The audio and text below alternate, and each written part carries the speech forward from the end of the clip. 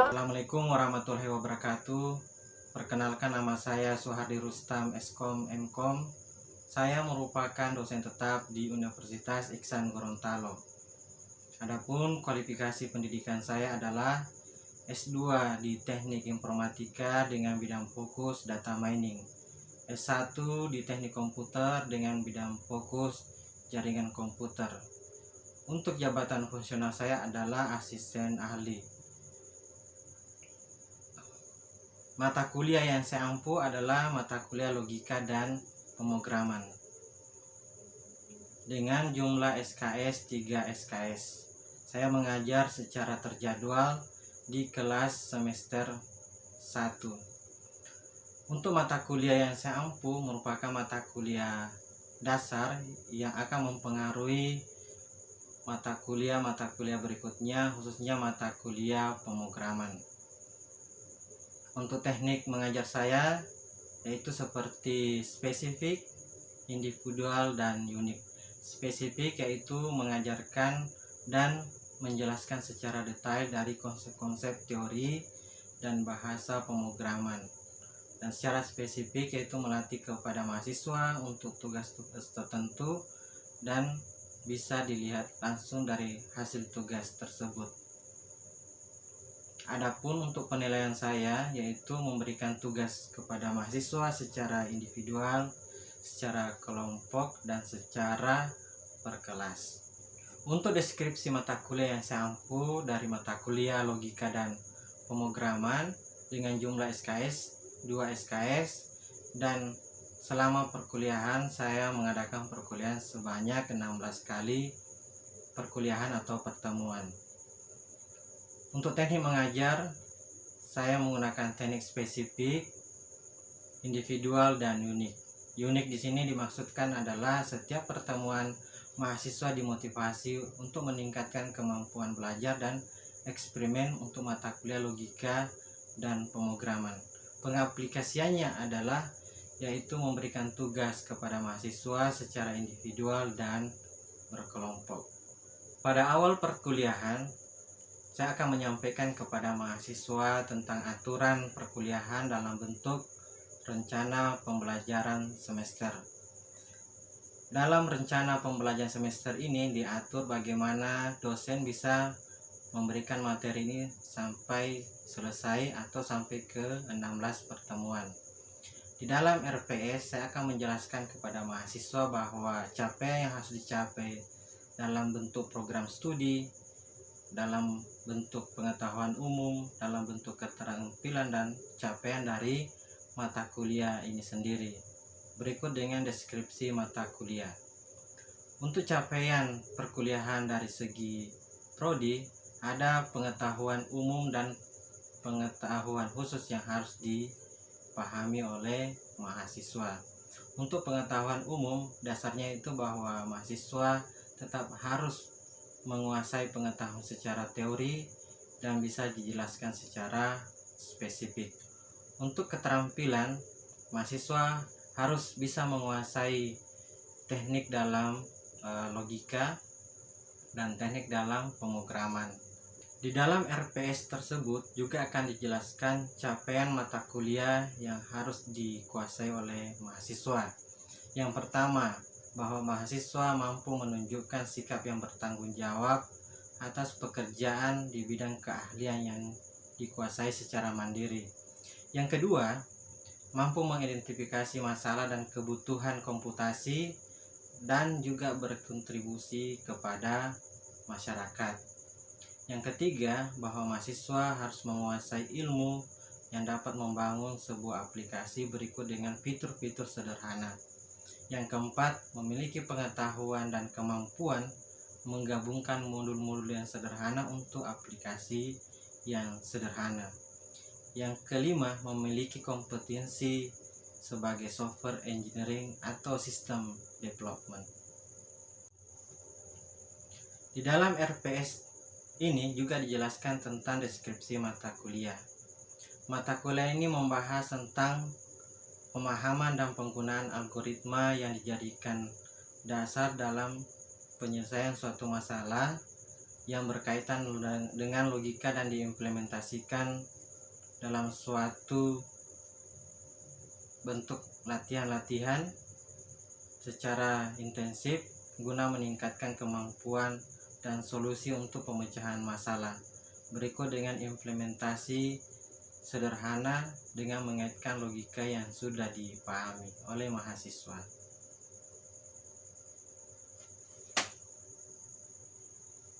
RPS ini juga tertuang kontrak perkuliahan yang menjadi aturan bersama pada saat mengikuti perkuliahan ini, bahwa mahasiswa akan mendapatkan nilai dari mata kuliah yang saya ajarkan dengan kontrak perkuliahan dengan pembagian nilai-nilai yang sudah ditentukan dalam rencana pembelajaran semester ini.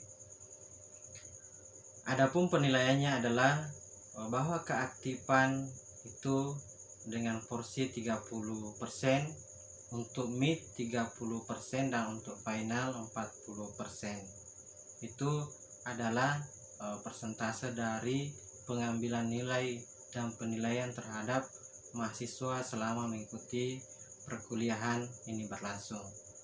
Adapun nilai yang akan didapatkan oleh mahasiswa di dalam RPS juga dijelaskan bahwa untuk nilai A dengan range nilai antara 80 sampai 100.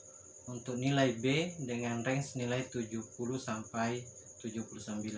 Sedangkan untuk nilai C memiliki range nilai antara 60 sampai 69. Dan selebihnya nilai D berada di range 50 sampai 59, dan untuk nilai E berada di bawah dari nilai 50. Itulah penjelasan tadi tentang rencana pembelajaran semester yang telah saya susun untuk mata kuliah logika dan pemrograman. Adapun untuk proses pembelajarannya di kelas dapat dilihat dengan sebagai berikut. Warahmatullahi wabarakatuh. Waalaikumsalam warahmatullahi wabarakatuh. Selamat datang kembali di perkuliahan saya di logika pemrograman. Hari ini kita akan melanjutkan kembali materi perkuliahan, itu mata kuliah logika dan pemrograman.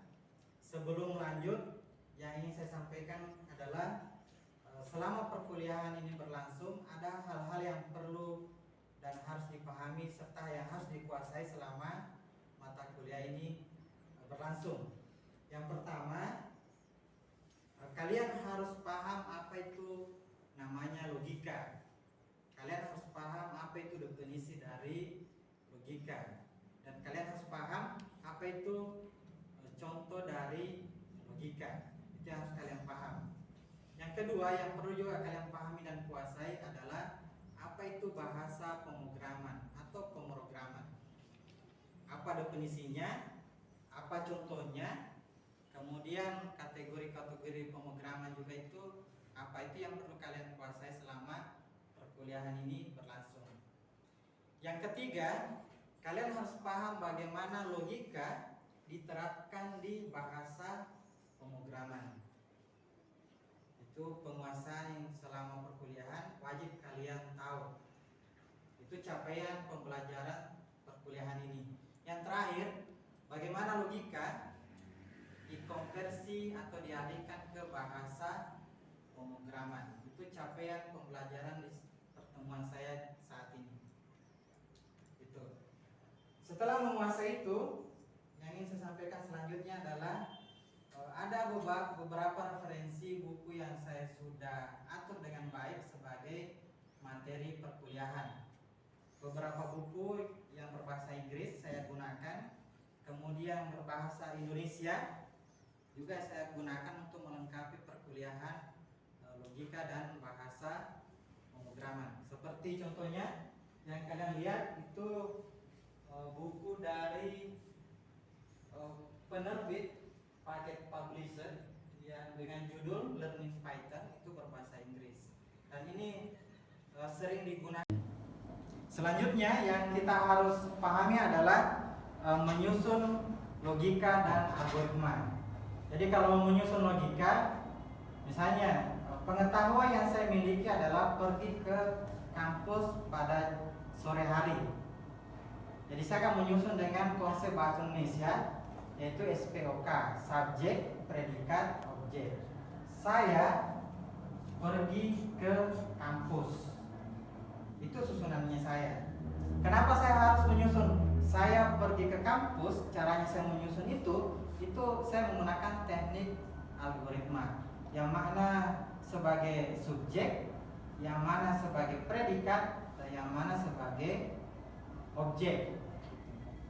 Logikanya adalah saya menyusun bahwa saya pergi ke kampus, definisi saya, definisi pergi, dan definisi ke kampus itu kita pahami bersama.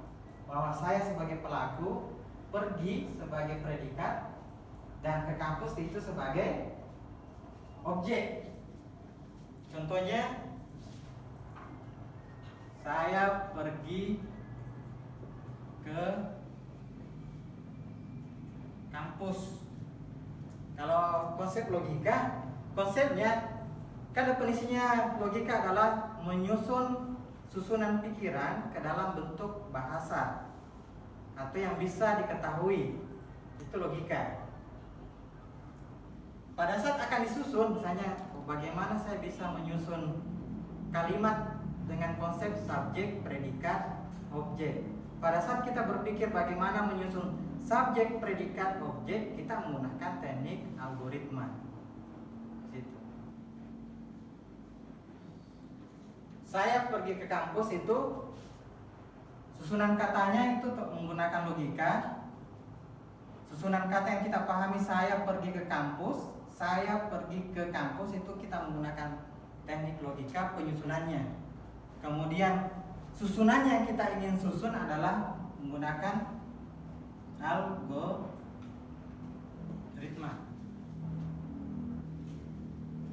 Itu. Ini studi kasusnya.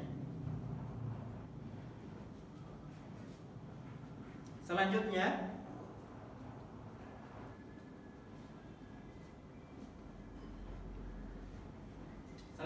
adalah saya pergi ke kampus. Kalau misalnya kalian betul melakukan itu, saya pergi ke kampus, berarti bernilai benar. Itu bernilai benar. Kalau bernilai benar berarti nilainya B sama dengan 1. Kalau misalnya salah, dia bernilai 0.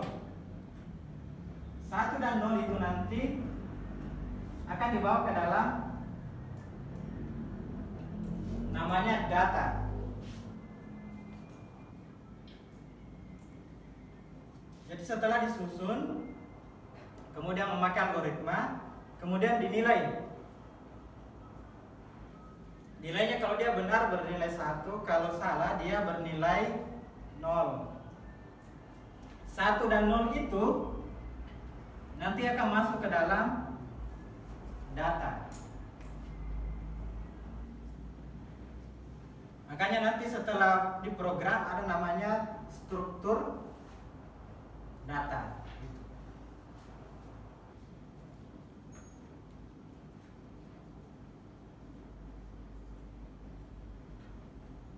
Sampai di sini ada yang mau bertanya? Jadi susunan logika kalau ingin mengikuti aturannya, dia harus tetap mengikuti pola kalimat dari bahasa Indonesia. Kalau itu tidak diikuti, maksudnya begini, kalian menyampaikan satu kalimat ke orang lain, yang menjadi masalah adalah orang lain itu mengerti atau tidak. Di situ. Kekurangannya adalah kalau misalnya kita tidak mengikuti pola logika, kita tidak bisa menyampaikan pesan yang kita maksud ke orang lain. Situ. Misalnya kita ingin memberikan gambaran tentang orang lain, itu tetap dalam susunan kaidah logika. Misalnya di bahasa Indonesia bahwa SPOK itu Dari apa yang saya jelaskan di sini, ada yang ingin bertanya? Pak, saya Pak. Oke, yang bertanya silakan. Baiklah, Assalamualaikum warahmatullahi wabarakatuh. Waalaikumsalam warahmatullahi wabarakatuh. Nama saya Retriana Amir, saya ingin bertanya kepada Bapak.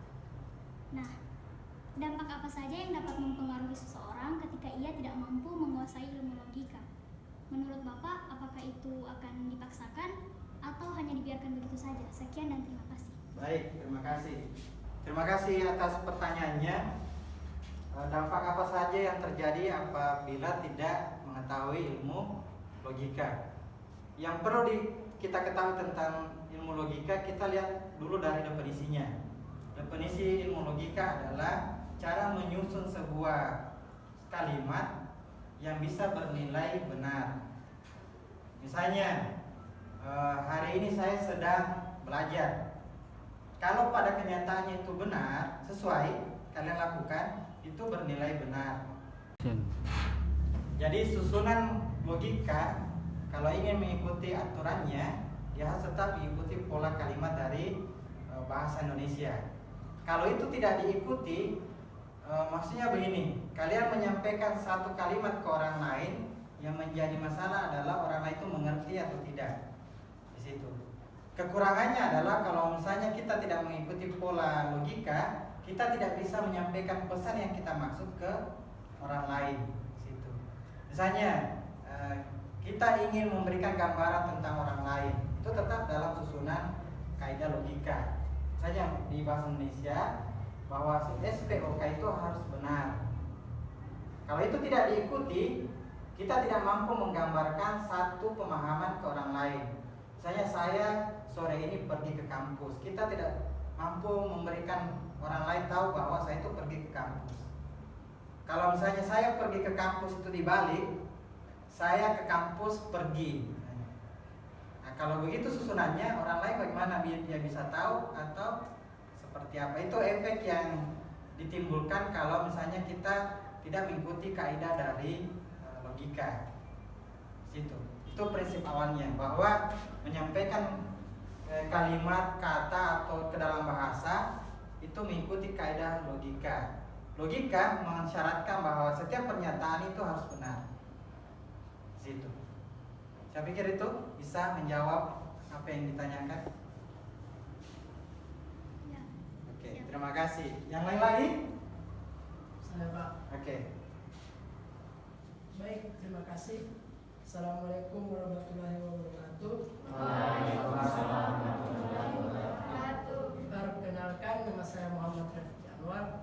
Saya ingin bertanya pertanyaannya, apakah dalam penulisan algoritma ada kode-kode tertentu yang harus kita terapkan?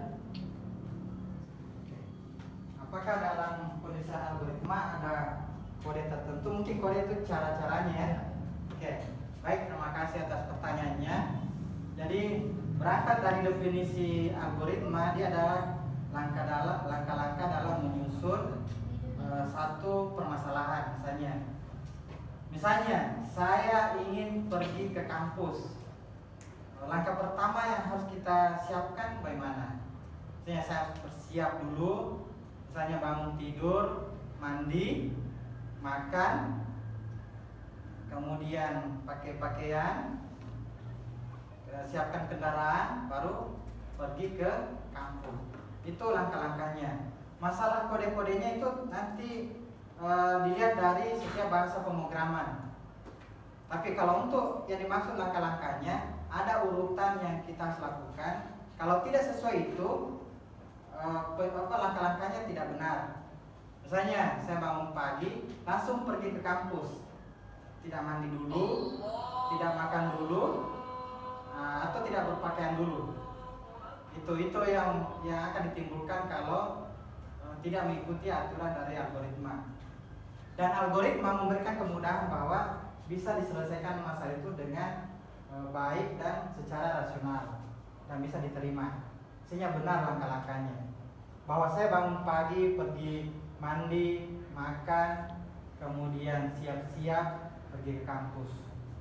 Itu algoritma umum dan itu semuanya melakukan. Tapi kalau saya bangun tidur langsung pergi ke kampus, tanpa memakai pakaian, tanpa makan, nah, mungkin itu tidak bisa diterima secara umum.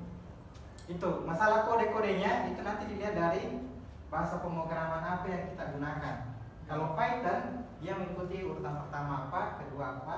Kalau dia pemrograman web, kita harus membaca dulu variabelnya, kemudian melihat kondisinya. Itu. Saya pikir itu bisa menjawab pertanyaannya. Oke, yang lain lagi? Ada? Oke, silakan. Assalamualaikum warahmatullahi wabarakatuh. Waalaikumsalam warahmatullahi wabarakatuh. Perkenalkan, nama saya Sri Nur Nasa Soga. Saya ingin bertanya kepada Bapak. Pertanyaan saya dalam pemrograman untuk membuat suatu coding seperti A sama dengan 2, B sama dengan 1, C sama dengan A kali B. Jika di print C maka hasilnya 2. Pertanyaan saya, apakah nilainya akan tetap sama jika nilai integer dan data stringnya ditukar seperti 2 sama dengan A dan 1 sama dengan B? Assalamualaikum warahmatullahi wabarakatuh. Waalaikumsalam warahmatullahi wabarakatuh. Perkenalkan, nama saya Sri Nur Halisa Soga. Saya ingin bertanya kepada Bapak. Pertanyaannya, dalam pemrograman untuk membuat suatu coding seperti A sama dengan 2 dan B sama dengan 1, C sama dengan A kali B, jika di print C maka hasilnya 2. Pertanyaannya, apakah nilainya akan tetap sama jika nilai integer dan data stringnya ditukar seperti 2 sama dengan A dan 1 sama dengan B, A kali B sama dengan C, apakah di print 2 hasilnya akan menjadi C? Terima kasih. Dalam membuat kode di bahasa pemrograman, terutama kalau kita menggunakan bahasa pemrograman yang lagi familiar sekarang itu Python, misalnya menuliskan tadi A sama dengan 2, B sama dengan 1, C sama dengan A dikali B. Ini kan? Ini kalau dia adalah integer. Tapi kalau misalnya A sama dengan 1, B sama dengan 2, kemudian C sama dengan A kali B, itu nilainya tetap sama. Kalau dia integer, dia nilainya tetap sama kalau dia integer. Tapi kalau bertambah bilangan operator yang lain seperti tambah, bagi, itu tetap ada aturan penulisannya. Aturan penulisannya itu yang dieksekusi dulu adalah kali, baru bagi, baru tambah. Tapi kalau yang dimaksud adalah di sini yang tadi adalah integer, baru yang di bawahnya adalah string. Misalnya B sama dengan string 2, ini tidak bisa dihitung. Nanti kalau di hasilnya di 1 dengan string 2. Kalau integer bisa dieksekusi, kalau model seperti ini namanya string itu tidak bisa. Nanti itu akan dipelajari di bahasa pemrograman. Kita akan mulai dari pengenalan data, tipe-tipe data, kemudian bilangan atau yang menjadi operator dalam penjumlahan, perkalian, dan pembagian. Tapi tetap prinsip matematis itu diperhatikan bahwa kali dulu, baru bagi, kurang, tambah, itu yang akan dieksekusi. Apakah bisa menjawab dari yang ditanyakan? Bisa? Baik, itu yang tadi beberapa contoh. Kalian itu agak aktif juga bertanya. Dan yang perlu kalian ketahui bahwa bertanya itu bisa membuka pengetahuan yang baru. Jadi janganlah malu-malu untuk bertanya, karena ini untuk pengetahuan yang kita bisa dapatkan sendiri. Nanti bisa dilihat, dicontohkan dulu programnya. Saya ingin lihat apakah kalian sudah terbiasa atau menggunakan bahasa pemrograman Python. Bisa dibuka halaman atau lingkungan programnya itu dengan menggunakan idle. Coba masukkan A sama dengan 2, B sama dengan 1, C sama dengan A kali B. Kemudian print hasilnya C. Nah, kita akan melihat bahasa pemrograman Python ini seperti bahasa pemrograman apa? Apakah mudah dipahami atau masih kurang? Karena ini adalah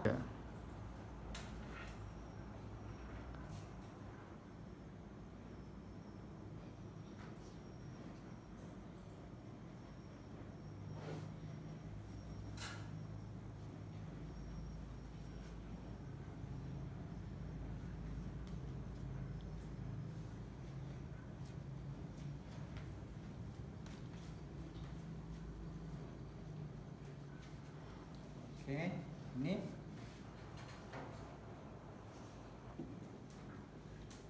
C sama dengan A kali B. Oke. Ini ada yang error ya? Ini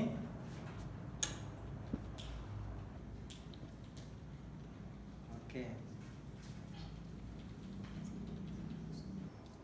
Oke, dari penjelasan tadi kalian sudah coba contoh codingnya di program masing-masing. Nah, sekarang yang saya mau jelaskan kembali dari penjelasan yang awal tadi, saya ingin mengingatkan kembali bahwa kita harus tetap memahami atau dalami apa yang menjadi definisi dari logika. Di sini bahwa logika adalah sebagai cara dalam menyusun pikiran. Pikiran ini nanti memakai model penyusunan kalimat SPOK atau SPO itu dalam membuat kalimat dengan kata itu logika, dan seluruh susunan kalimat pikiran yang kita buat itu harus bernilai benar dengan salah, harus jelas posisinya. Itu logika yang mengatur. Adapun definisi lebih lanjut kalian bisa telusuri maksud-maksud dan contoh-contoh lain dari logika. Ini hanya sebagai dasar. Karena dasar ini kita akan masuk ke dalam pemrograman. Pemrograman kita tahu bahwa ada, nanti kita akan pelajari lebih lanjut tentang kode atau simbol, tentang data, tipe data, kemudian operasional yang kita gunakan dalam operasi matematis di data. Kemudian bahasa pemrograman yang kita gunakan nanti ya tetap menggunakan bahasa pemrograman Python, karena itu yang lagi tren sekarang dan sesuai dengan visi misi dari Kementerian Pendidikan. Jadi ini yang saya jelaskan kembali untuk mencapai tujuan dari pembelajaran yang kita laksanakan hari ini. Ada lagi yang ingin bertanya? Kalau tidak ada yang bertanya, saya ingin kembali memberikan tugas. Jadi silahkan nanti dibuat contoh lain dari logika dan contoh lain dari contoh-contoh di bahasa pemrograman dengan Python. Apa simbolnya? Kayak seperti yang tadi, bagaimana menggunakan perkalian di Python. Itu untuk menguatkan kembali kalian dalam memahami dari capaian pembelajaran hari ini. Bisa dipaham? Ya. Terakhir saya ingin kalian lebih semangat dalam belajar logika dan pemrograman, karena ini mata kuliah dasar dan berkaitan ke mata kuliah sebelumnya. Apalagi kalian ingin membuat nanti aplikasi atau contoh-contoh analisis dalam bentuk visual atau coding tertentu. Itu. Dan terakhir, ingat tugasnya. Saya akan cek di pertemuan berikutnya untuk melihat kemampuan kalian apakah sudah meningkat dan berkembang di setiap pembelajaran yang saya lakukan. Kalau tidak ada yang ditanya, saya tetap sampaikan tetap semangat, tetap belajar, bahwa kalian itu tetap memiliki potensi untuk menguasai mata kuliah ini, karena itu potensi yang kita miliki. Saya pikir itu sekian. Assalamualaikum warahmatullahi wabarakatuh. Waalaikumsalam warahmatullahi wabarakatuh.